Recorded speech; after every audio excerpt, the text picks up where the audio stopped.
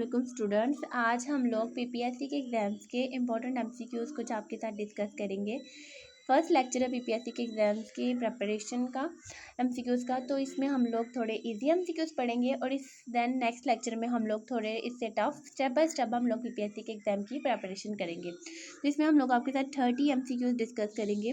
जो first MCQs है, which vitamin is essential for blood clotting. Blood clotting के लिए कौन सा विटामिन है जो कि एसेंशियल मतलब ज़रूरी होता है? तो उसका आंसर है सी, मतलब कि विटामिन के इंपॉर्टेंट होता है, एसेंशियल होता है, नेसेसरी होता है for blood clotting. Second MCQ हमारे पास है normal range of serum potassium, मतलब कि पोटेशियम की नॉर्मल रेंज, नॉर्मल लेवल कितना होता है बॉडी में? उसका आंसर है बी, 3.5 to 5.0। थर्ड हमारे पास एमसीक्यूज है, which drug is used as an antidote for heparin. मतलब एक पेशेंट है, उसको हमने हेपारिन दिया।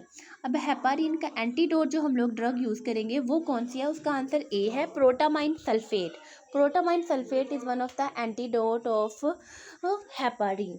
आगे हमारे पास है 4 एमसीक्यूज है, what is primary symptom of hypoglycaemia. हमारा पेशेंट है जिसमें ब्लड ग्लूकोज का लेवल कम हो गया है, उसे हाइपोग्लाइसीमिया हो गया, तो जो प्राइमरी सिम्टम्स होगी वो कौन सी होगी?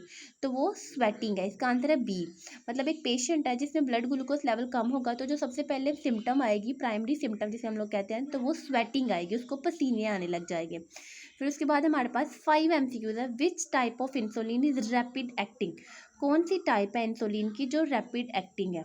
तो इसका आंसर हमारे पास है C, lispro. Lispro is one of the insulin is rapid acting insulin. आगे हमारे पास 6 एमसीक्यूज है, what is the normal range of haemoglobin for adult female. Adult female में हीमोग्लोबिन का नॉर्मल रेंज कितनी होती है? तो इसका आंसर है बी, 12 to 16। 7 एमसीक्यूज है हमारे पास, विच इलेक्ट्रोलाइट इम्बैलेंस काजेज ट्रोसियोसाइन। कौन सा इलेक्ट्रोलाइट इम्बैलेंस है जो ट्रोसियोसाइन कॉज करता है? तो वो है एक कैल्शियम, हाइपोकैल्सीमिया। इसका आंसर है बी, मतलब कि पेशेंट है उसकी बॉडी में कैल्शियम का लेवल कम हो गया है तो उसमें जो साइन आएगा वो ट्रोसियोसाइन आएगा। आगे हमारे पास है, which organ is affected in hepatitis. Hepatitis की बीमारी में कौन सा ऑर्गन है बॉडी का जो अफेक्ट होता है? तो इसका आंसर है सी, लीवर। 9 हमारे पास एमसीक्यूज है, what is the primary site for IM injection in adult. Adult में इंट्रामस्कुलर इंजेक्शन लगाना है तो कौन सी जगह पर साइट पे लगाएंगे? तो वो है ए आंसर, डेल्टोइड। हमारे पास 10 वाला एमसीक्यू है, which is symptom of left side heart failure. एक पेशेंट है जिसको लेफ्ट साइडेड हार्ट फेलियर है तो उसमें कौन सी सिम्टम्स ऐसी होंगी जिससे हमें पता चलेगा कि इसको लेफ्ट साइडेड हार्ट फेलियर? तो वो है C, pulmonary congestion. What is the causative agent of tuberculosis.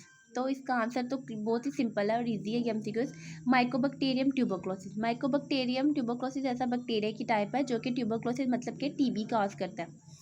हमारे पास है 12 MCQ, which of the following is a loop diuretic. ऐसा कौन सा डायरेटिक है जो लूप डायरेटिक की क्लास से बिलोंग करता है? क्योंकि डायरेटिक की बहुत सी टाइप्स होती है, ऑस्मोटिक डायरेटिक होते हैं, लूप डायरेटिक होते हैं, एटसेट्रा। तो ऐसा कौन सा डायरेटिक है जो लूप डायरेटिक क्लास से बिलोंग करता है? तो वो है फोर्सेमाइड, ए इसका आंसर है। आगे हमारे पास 13 एमसीक्यूज है, ब्रेडिकार्डिया का क्या मतलब होता है? विच ब्रेडिकार्डियाज मीन।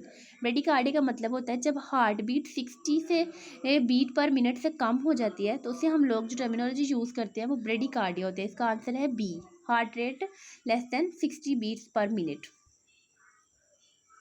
हमारे पास 14 एमसीक्यूज है, what is the function of red blood cell? Carry oxygen, C.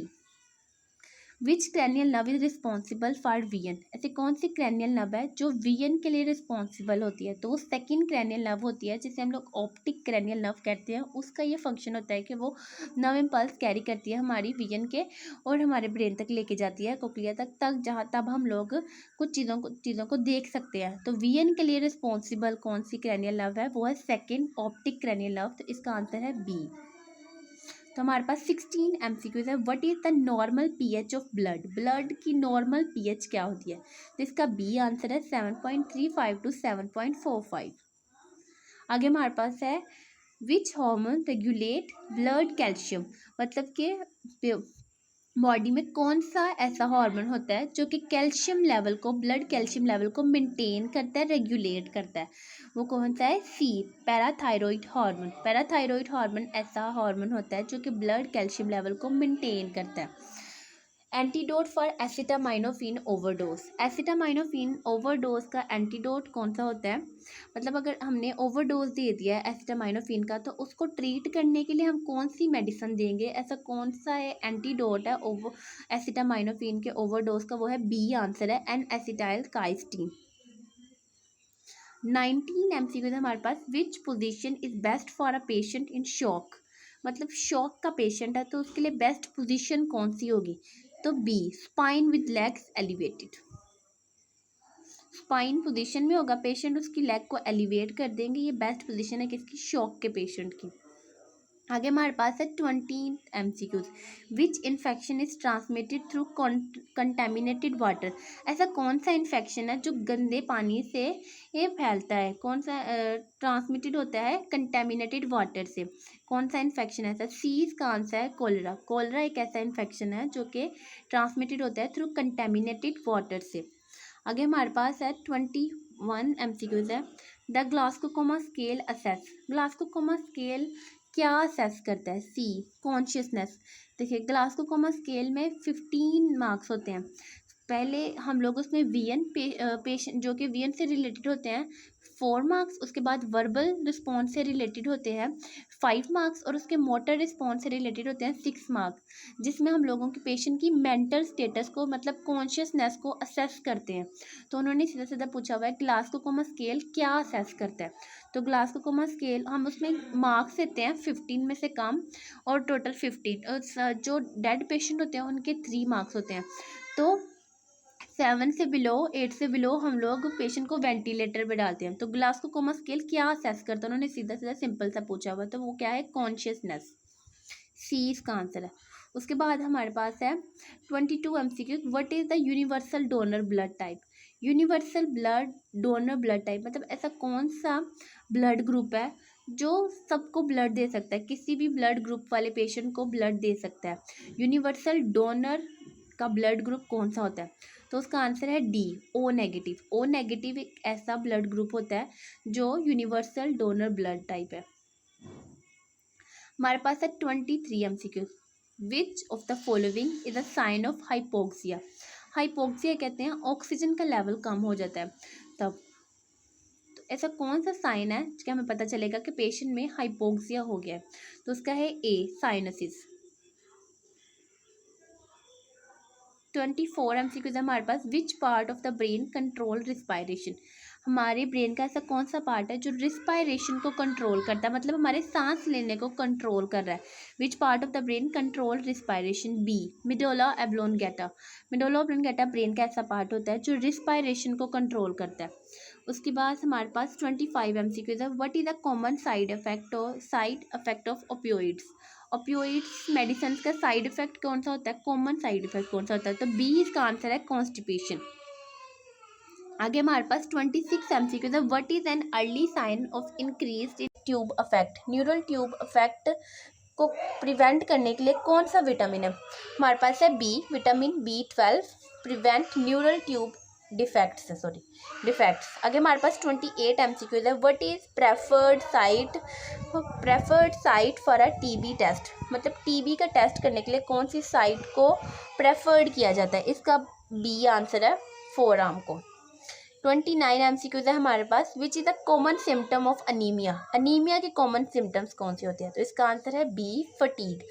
Anaemia का पेशेंट होते हैं उसको थकावट रहती है, जी थका सा रहता है, एक्टिविटी इंटॉलरेंस होती है, उसको इतनी थकावट होती है कि वो कोई काम ही नहीं कर पाता है क्योंकि ब्लड की डेफिशिएंसी हुई होती है।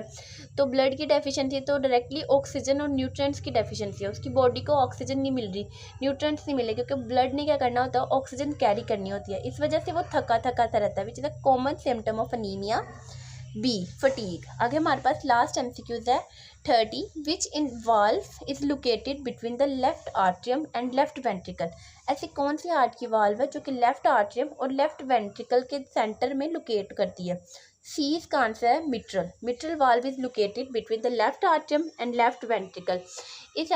इस लेक्चर में हम लोग ने इजी एमसीक्यूज डिस्कस किए हैं जो पीपीएससी के एग्जाम में मोस्टली रिपीट होते हैं और जो बहुत इंपॉर्टेंट है, नेसेसरी है पीपीएससी के एग्जाम की प्रिपरेशन के लिए, इनको पढ़ना, उनको समझना। इस स्लाइड में हमने इजी एमसीक्यू डिस्कस किया है। नेक्स्ट लेक्चर में हम लोग इससे थोड़े टफ एमसीक्यू डिस्कस करेंगे। स्टेप बाय स्टेप हम लोग पीपीएससी के एग्ज़ाम की प्रिपरेशन करेंगे। तो जो पीपीएससी के एग्ज़ाम की प्रिपरेशन कर रहे हैं वो चैनल को सब्सक्राइब कर लें और वीडियो को ज़्यादा से ज़्यादा लाइक करें और फॉलो करें, शेयर करें।